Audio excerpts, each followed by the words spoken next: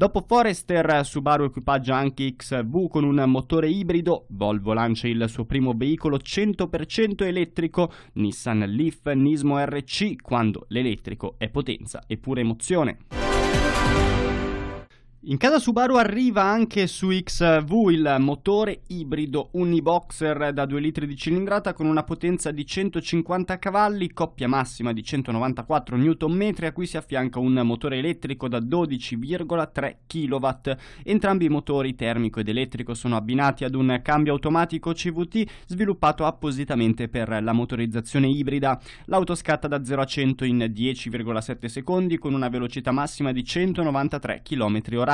È un ibrido leggero, ma si comporta di fatto come un full hybrid perché, oltre a sfruttare l'energia per dare la spinta al motore benzina, questa energia può essere anche usata per percorrere autonomamente una distanza di non oltre 1,5 km con una velocità entro i 40 km/h. Tra le novità poi il sistema Subaru EyeSight di serie su tutti gli allestimenti, composto da 2 telecamere stereo a colori in grado di monitorare continuamente ciò che si trova davanti alla vettura. Subaru XV e-Boxer è disponibile in 3 allestimenti: Style Navi e Premium. Il lancio in concessionario è previsto per il 1 febbraio.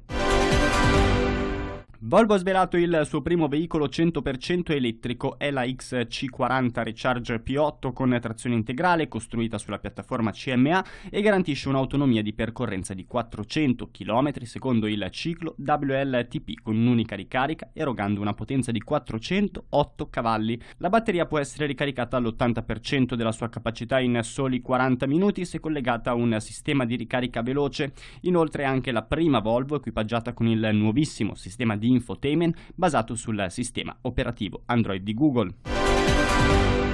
L'esperienza nel mondo dei veicoli elettrici e al tempo stesso nell'universo delle corse ha spinto Nissan a creare il Leaf Nismo RC, un perfetto esempio di potenza, innovazione e propulsione 100% elettrica. Con un sistema di trazione integrale all'avanguardia, presenta una potenza e una coppia massima più che raddoppiate rispetto alla versione precedente basata sulla prima generazione di Leaf, con 322 cavalli e 640 Nm di coppia immediatamente disponibili, a un'accelerazione da brividi che si traduce in un tempo di soli 3,4 secondi per andare da 0 a 100 km/h.